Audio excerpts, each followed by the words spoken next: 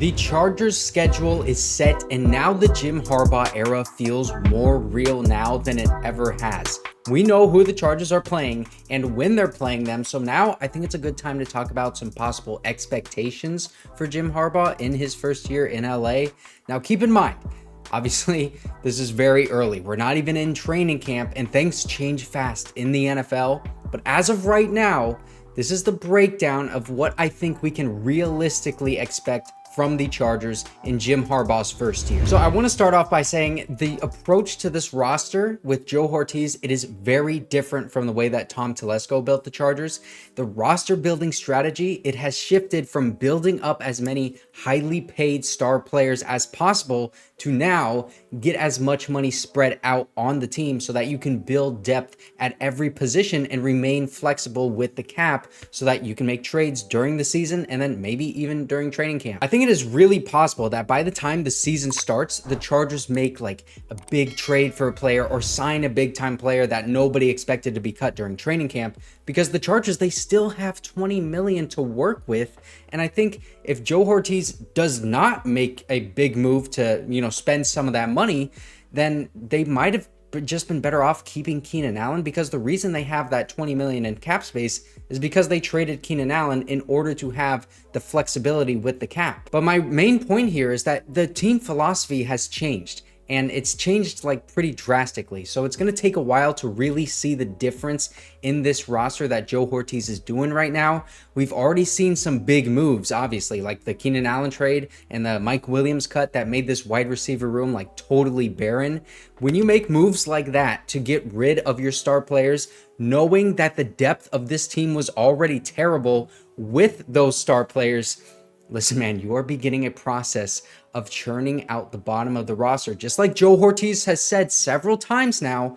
But also, now you just need to find some quality starters, because you're starting from ground zero after you get rid of those star players in order to get that cap space and, start to build depth. And I think that process, it might take longer than a lot of fans are hoping for. But I think so far, honestly, Joe Hortiz has done a really good job. He's followed some pretty good football process of the way he wants to construct this roster. I don't think he's really made any mistakes thus far, but addressing that wide receiver position, man, he knew he needed to do that in the draft. He got 3 rookie wide receivers, and I think 2 of those guys are hopefully going to hit. The hit rate on those day 2 wide receivers is very high. We got McConkey in the second round.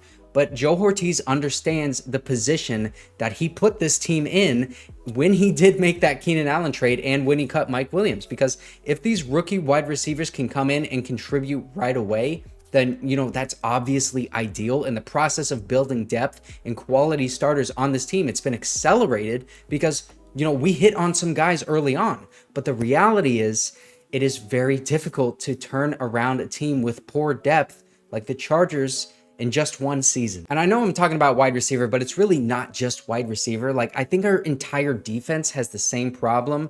Like, they've all got poor depth outside of that edge unit, which, that edge unit right now is looking like maybe one of the best in the NFL. It's like 4 deep with guys now that we added Dupree. But there are a lot of positions that are starting that same process of building quality depth and just trying to find some solid starters. And this is also, it's only the first season of Jim Harbaugh and Joe Hortiz. They got to lay down that foundation of what they want this team to look like. And I know I might sound really negative right now, but I'm actually extremely optimistic about the future of the Chargers, because I think their process has been really, really good thus far. And also, I think there is a possibility that they can go out there in year 1 and just like wreak havoc on the NFL. And if you want to wreak havoc in fantasy sports this season, you should click my link in the description and sign up to Underdog Fantasy with my code McLane. That is MACLANE. You will get a special pick'em offer, but also a first-time deposit offer up to $250 of bonus cash. This is a new offer Underdog is doing. I don't know how long it's going to last, but you can stock up for the NFL fantasy season. Underdog, you guys know it is my favorite fantasy sports app. It helps me out so much if you guys use my link and deposit with my link. So if you do that, I'm very, very appreciative. But listen, man, in Jim Harbaugh's first year at Stanford, They went from a 1-11 team to a 4-8 team and improved every single year after that until they went 12-1 and won their first bowl game since 1996. He turned that program around very quickly. And then in his first year with the 49ers, they went from a 6-10 team to a 13-3 team. And this is the only example we have of Jim Harbaugh being a head coach in the NFL. He turned around the Niners just like that. They lost in the conference championship, and then they went on 2 more playoff runs and made a Super Bowl during his time there. But, you know, there were also tons of issues with the 49ers management in the front office, like Trent Baalke. He's kind of pushed out. But then Jim Harbaugh's first year at Michigan, they went from 5-7 to 10-3, and then they continued to play well until just this past season they went undefeated and won the national championship. So what I'm trying to establish here is like, yeah, Jim Harbaugh, he has a track record of turning around teams very quickly, going out and winning things like national championships, going on playoff runs, winning bowl games like at Stanford. But he also has shown the ability to turn around a team just like that in 1 year. So with that being said, Jim Harbaugh himself stated that this is the best start to a job that he has ever had. And I think you can thank Justin Herbert for a lot of that. But if that can be translated to the field and to the win and loss column, then the Chargers, they should be able to turn this thing around in year 1, thanks to Jim Harbaugh's coaching and just like a huge change in the culture. But that's only one reason that I think the Chargers can turn things around very quickly in this first year of Jim Harbaugh. I also think the other thing in the Chargers' favor right now is the way this schedule is laid out. They have one of the easiest schedules ahead of them in terms of how the teams are expected to perform this year, and that takes into account the moves that they have made this offseason, not just their record from this prior season. That's not a perfect stat, obviously, because, you know, you never know what to expect in the NFL. You know, teams go out there, like the Texans this past season, they go out there and then they perform way better than anyone expected them to. And then also injuries and things like that. But it's hard not to, like, just look at this schedule and realistically say that by week 9, I mean, Chargers could be 6-1.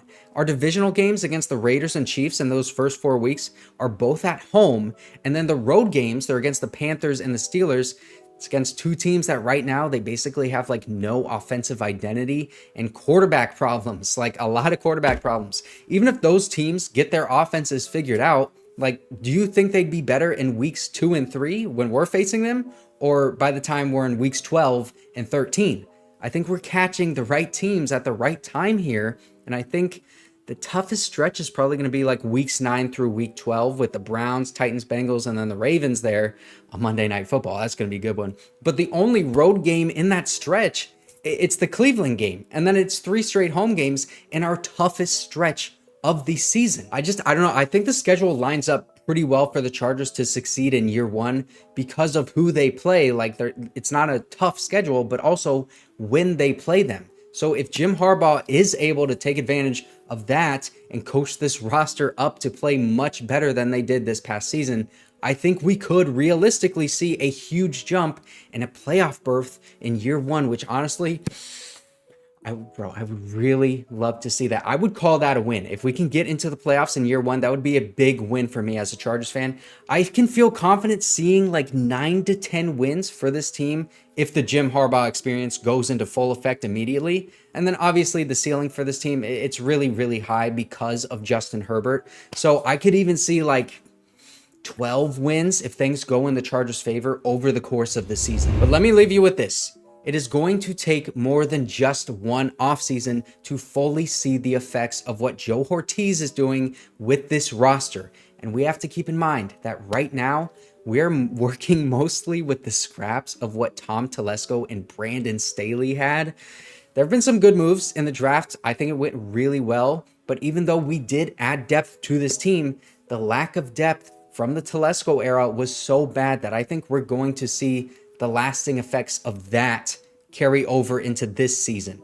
I just hope that with the addition of that great coaching staff, a solid draft class, and then some solid free agents that we've added to this team, plus the $20 million in cap space that we have yet to see what Joe Hortiz is going to do with it over the course of this season. I hope that is going to be enough to offset the lack of depth that is still lingering on this roster. I don't know. Let me know what you guys think. What are your expectations for year one? And then also, if you didn't see my video yesterday, I tried to break down every single Easter egg in the schedule release video.